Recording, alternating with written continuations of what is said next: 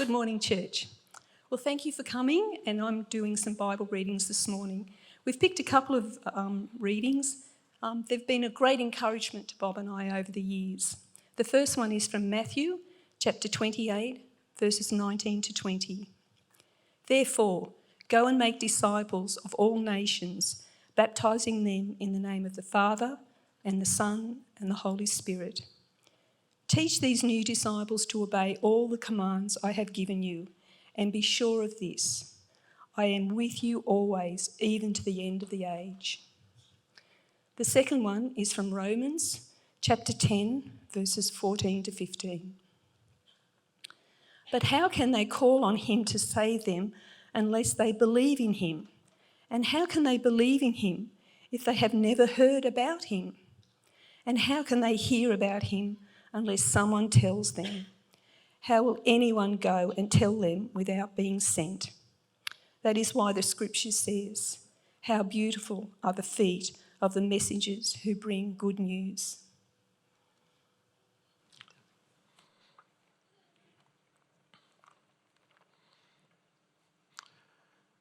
This year, Denise and I are looking forward to celebrating our 40th wedding anniversary.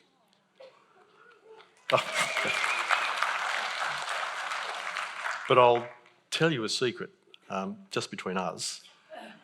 When I first asked Denise out on a date, she said no. Yeah, shocking, I know. I first met Denise when she had her own hairdressing salon, and I went along there for a haircut. And after she cut my hair, I asked her out on the date and she said no.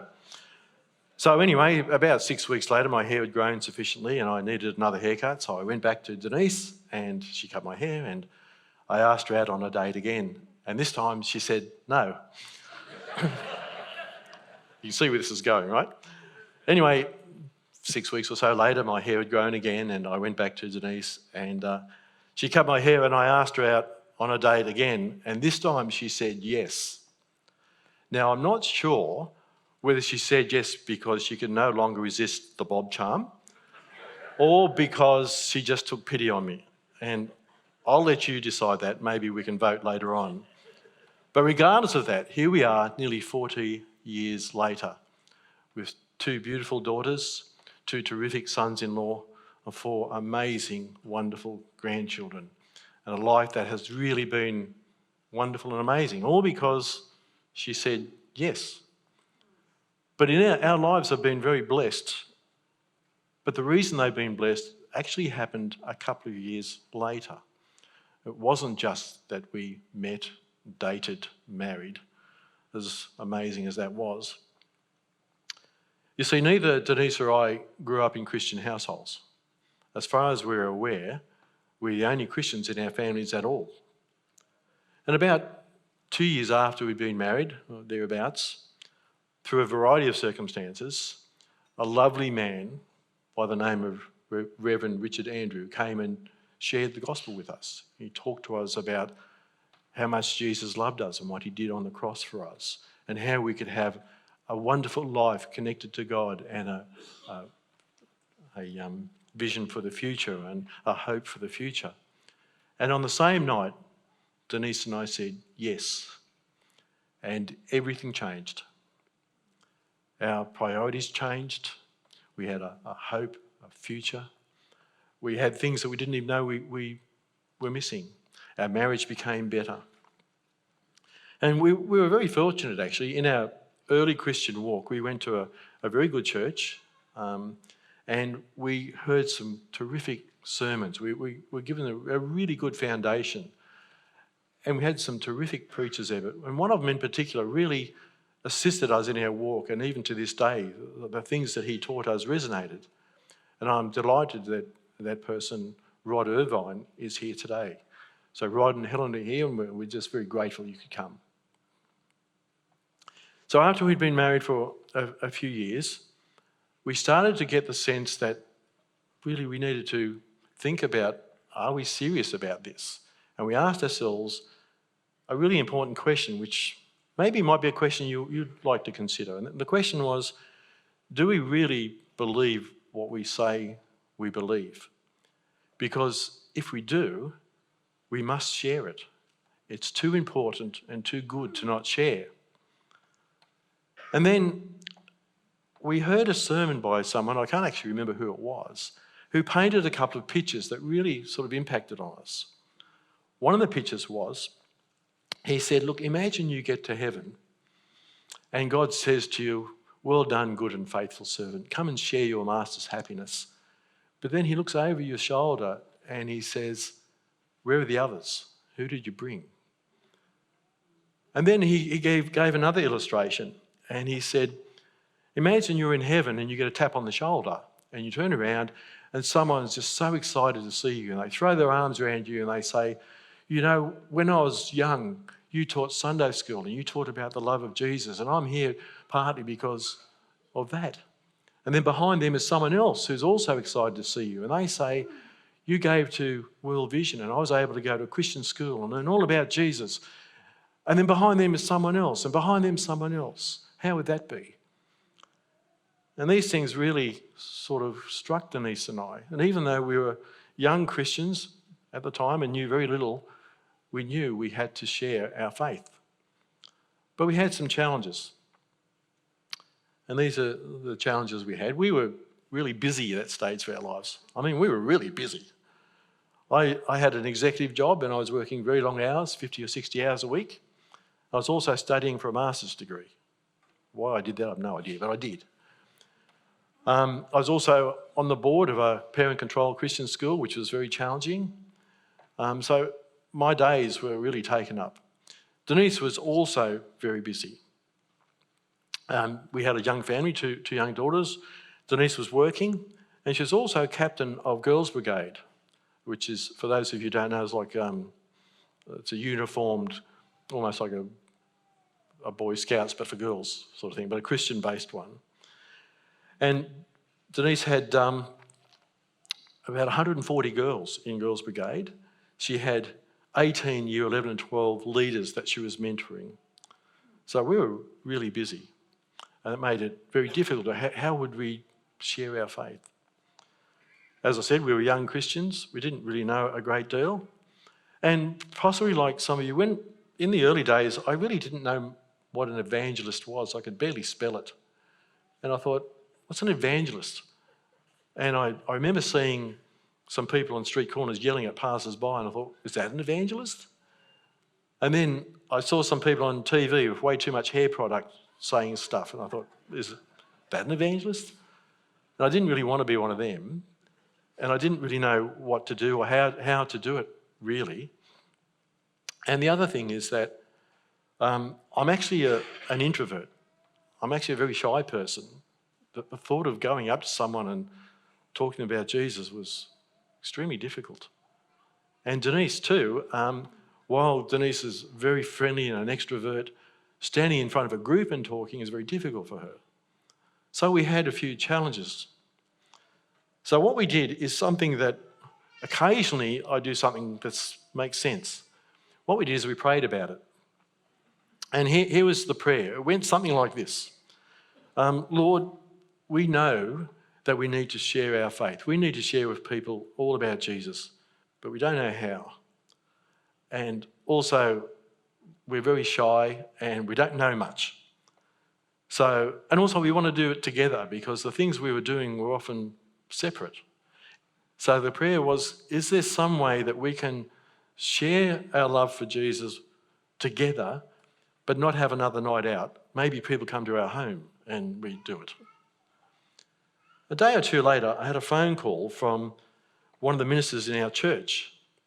And he said, oh, Bob, there's this course called Christianity Explained, where over 6 lessons, people come to your home and you talk to them about Jesus. And before he got any further, I said, yes, we'll do it. And I think Stuart was his name. Stuart probably thought, well, hang on, I haven't even got into my sales pitch yet. But that was a very specific, clear answer to prayer. God doesn't always answer so quickly and so clearly, but on this occasion he did. And we said yes. And the way it worked was that Stuart ran a Christianity Explained course and we sat in on it and learned how to do it. And then we ran one and he sat in and encouraged us and gave us feedback. And by the way, that young dashing minister who taught us all those years ago, and his wife. So Stuart and Sarah are also here as our special guests today. So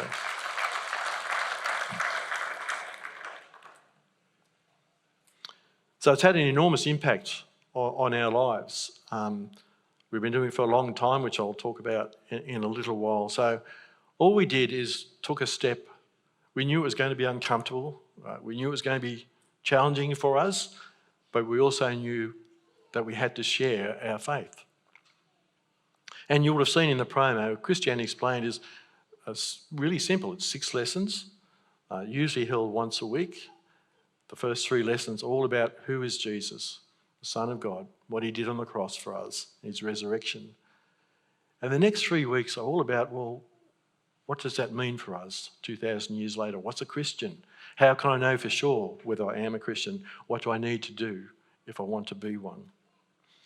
And over the years, we have had people from all spectrums do the course. We have had people from parts of the world who've never even heard of God, who know nothing, right through to very experienced pastors come and do the course. And all have learned something. We learn something every single time we run it. But anyway, fast forward a few years, we basically, once we ran that first course, we've run it pretty much every term for 35 years, non-stop. But after we had been doing it for, I don't know, maybe 6 or 7 years ago, Denise and I thought, well, look, we've been doing this for a long time. Maybe it's time for us to start pulling back and doing some other ministries. I think God had a bit of a chuckle. And what happened was we were running a course, and in that course was a young couple. And the young couple was a Solomon Islander boy and his girlfriend who was an Australian. And we ran the course, and at the end of the course, this young Solomon Islander boy, who has subsequently become very dear to us, said to us, Bob and Denise, my family don't know any of this. They haven't heard this. Would you come and tell them? And he meant in the Solomons. And we said yes. Had no clue what that meant. My geography is not great, and I knew Solomon Islands was probably a bunch of islands, because Solomon Islands. Didn't really know where it was. I knew it was somewhere in the ocean because it's an island. And I also thought, my family, what's that, 5, 6 people? What's that? I don't know. And that was very naive, by the way. Solomon Island families are very large. So what we did is we said yes, and without knowing what that meant, we went to the Solomons. And over the first visit, we ended up going there 4 times, I think. In the first visit, we were able to present the gospel by using this wonderful Christianity Explained tool to hundreds and hundreds of people. We sat in homes with 40 or so people sitting around us, hungry to hear about Jesus. We went to a church and we presented to the church. This church normally got 40 to 60 people. 380 showed up. We gave them all Bibles. People were in tears at receiving a Bible. I wonder if you gave a Bible to an Australian, whether there'd be tears of joy. We had amazing experiences. And then later on, we went back to another island the following year, and we had really amazing adventures. We climbed up mud hills and mud mountains. We crossed rivers that later on they told us had crocodiles in them. That was interesting. They built a church for us. They actually built a church for us because we were coming. The church seated about 300. And when we arrived in the village, which was at the top of this jungle hill, there was only about 6 huts around. And we thought, well, why have you built a church for 300 people? But they all came out of the jungles and they came out of the hills. We were the first white people that had ever been there. So what an adventure, all because we wanted to share the love of Jesus and because we said yes. And that's what it's like sometimes. Just by saying yes, your life can change and be immeasurably enriched. So since that time, we haven't slowed down. In fact, it's been the opposite.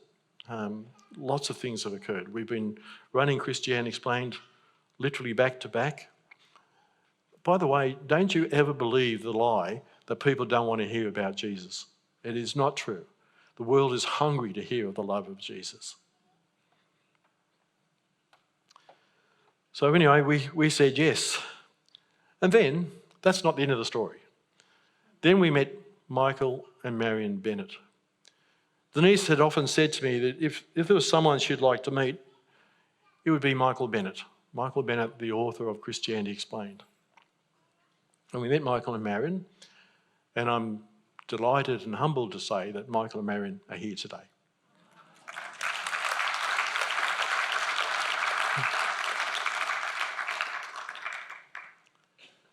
So it's a real honour to have Michael here, and you know, sometimes when we do something, we don't know where that's going to lead, and you'll hear a bit about that in a moment. I'm sure Michael had no idea that he'll write a course and then 40 odd years later he'll be sitting here in HumeRidge listening to some guy at the front talk about Christianity Explained. But what we have done in recent times, and today's a special day in that sense, is we're sort of relaunching. I'm not sure that's even the right word, but we've updated the graphics. We have written a kids' version of Christianity Explained, age appropriate and 2 different age groups.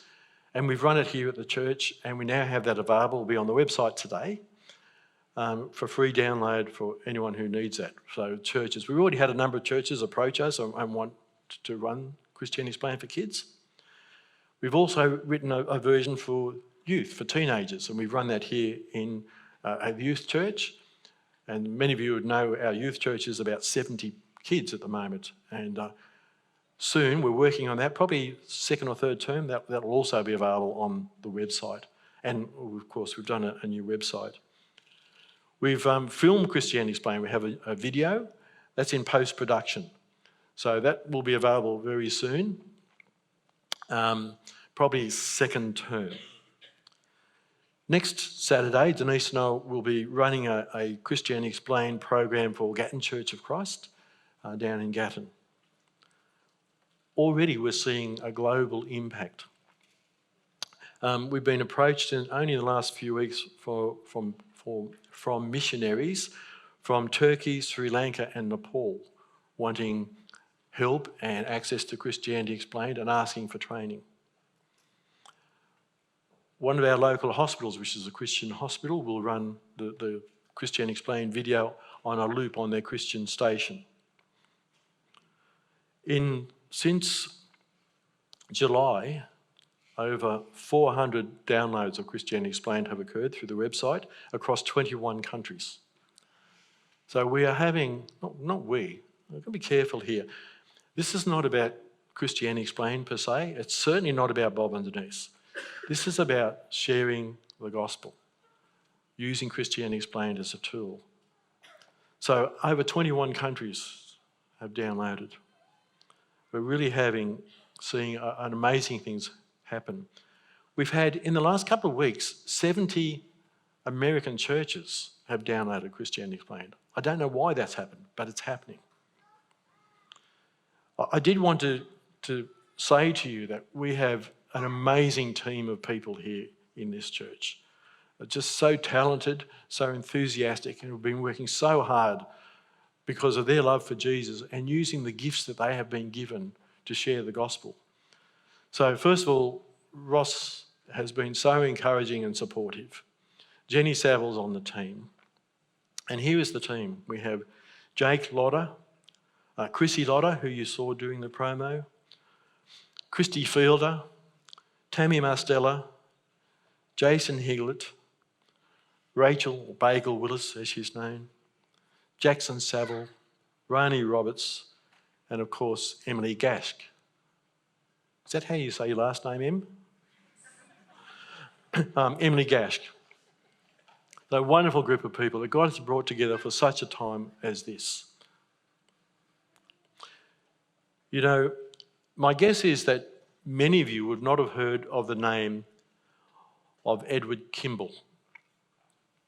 Edward Kimball, from all accounts, was a very shy, nervous Sunday school teacher in the 1850s. Now, Edwell really felt a burden for the young boys in his Sunday school class. And he really felt that some of them weren't taking the message of the gospel seriously. And he felt particularly burdened for one man, or one young man. And even though he was nervous, he was obedient and said yes, and decided that he would go and talk to this young man. And he did. He went to the shoe shop where this young man was working, and he shared the importance of having a personal relationship with Jesus with this young man. That young man was a man by the name of Dwight L. Moody, who some of you would have heard of. Dwight L. Moody became a very famous evangelist across 2 continents, led thousands to the Lord. But that's not the end of the story. Under Dwight L. Moody, another man's heart was touched for God. There was a guy by the name of Wilbur Chapman. Chapman also became an evangelist who preached to thousands. But that's not the end of the story. Under him, another man became a Christian. And that man was a man by the name of Mordecai Ham. Mordecai became a noted evangelist. It's believed that he won over 300,000 converts. But that's not the end of the story. When Mordecai Ham, came to North Carolina, there was a sandy-haired, lanky young man, then in high school, who heard the message, responded to the invitation, gave his life to the Lord. That young man was Billy Graham. Now, it's estimated that Billy Graham shared the gospel with over 2.2 billion people through his radio ministry and through his crusades. 2.2 billion. But that's not the end of the story. We have no idea of the stories of that 2.2 billion people, of the lives that have been impacted, the families that have been impacted, how even communities have been impacted because they heard of the love of Jesus. So thinking all the way back to Mr. Kimball, the nervous, shy school teacher, he had no idea of the impact that sharing his faith would have. We don't either. When you share your faith with someone, we really don't understand the full impact. So, what's next? What's next? If you are here or online and you are just checking out church, checking out Christianity, can I encourage you to keep going, to keep searching, to keep looking. Do a Christianity Explained course, do an Alpha course, talk to a pastor or a Christian friend, but keep looking. Our hope with Christianity Explained is to reach as much of the world as possible. There are opportunities now because of the internet and digital technology that weren't possible even a few years ago. We want to see it translated into as many languages as possible. As I mentioned before, we've already had contacts in different parts of the world. We want to make the resources free and readily available. We want to offer support to other churches that need it. We want to train others in how to run Christianity Explained. So what can you do? You can say yes. Remember Dwight L. Moody, the man that I mentioned a moment ago? The story is that he prayed daily for 100 of his friends to become Christians, and 96 of them gave their lives to the Lord. The other 4 gave their lives to the Lord at Dwight L. Moody's funeral. But he prayed daily for them. We don't need to pray daily for 100 people, but we can pray daily for 1. So will you consider praying daily for at least 1 person for them to be saved, but pray until it happens, whether that takes a day, a week, a year, or the rest of your life. That's one thing you could do. I'll ask you to pray for the ministry of Christianity Explained, and that others will also learn to present the gospel. In the Bible, in Matthew 9:36-38, it says, "When he saw the crowds, he had compassion on them, because they were confused and helpless, like sheep without a shepherd. He said to his disciples, 'The harvest is great, but the workers are few. So pray to the Lord, who is in charge of the harvest. Ask him to send more workers to the field. You can invite people to church. You could do CE in your life groups. We've had a few life group leaders approach us asking when the video is ready because they want to run it as a series in your life group. So do that. One powerful thing that we can do, which we all should do, is learn to give your testimony. What would you do if someone came to you and said, look, I really want to understand what this Christianity is about, what is it about, or why do you believe? Could you respond? And look, learn to give your testimony. Now, a testimony, by the way, is not your life story. A testimony should be 3 or 4 minutes max. When we talk to non-Christians, what we often do is we refer to the Bible, quite rightly, because that's our foundation. But to a lot of non-Christians, that doesn't mean anything. Well, they can dispute the Bible in their own mind. But what they can't dispute is what God has done in your own heart. So maybe in your life groups, practice giving your testimony to each other so that you are ready to give that account. 1 Peter 3:15 says, instead you must worship Christ as Lord of your life. And if someone asks about your hope as a believer, always be ready to explain it. Colossians 4:6, let your conversation be gracious and attractive so that you'll have a right response for everyone. I have to say that there are enormous benefits in learning to share your faith. There's the obvious benefit of seeing people come to the Lord and seeing their lives change. Denise and I have been extraordinarily blessed over the years to see so many people's lives change. We have seen literally people change in front of us. We have seen families change. We have seen just so many amazing things. And now we have many lifelong, in fact, eternal friends. When you share your faith, it helps you in your own faith. One of the great joys for us in doing Christianity Explained is that we keep coming back to the main thing all the time, and it keeps us grounded. Sharing your faith with someone is the only thing you can't do in heaven. We are so grateful for the support and encouragement we receive from all of you, from HumeRidge, for your prayers, for your support, for your financial assistance. We're just overwhelmed, actually, and we just praise God for each of you. We love this church. So blessed that Michael Bennett wrote this course all those years ago, that now we have a vehicle to share our faith in a clear, compelling and powerful way. We're humbled that HumeRidge is now, if you like, the centre or the hub for Christianity Explained, and our desire is to reach as many people as we possibly can with the good news of Jesus.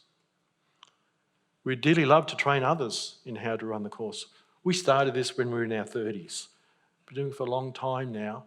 We're praying for the next generations. So if you're feeling any kind of prompting, say yes. Say yes. Denise and I will be very happy to run training programs if people are interested. And I can tell you as a couple, it's been terrific. It's really helped our marriage. It's helped us to appreciate each other's gifts even more. It's been a great blessing. But however, this isn't the end of the story. Can't wait to see what God will do next.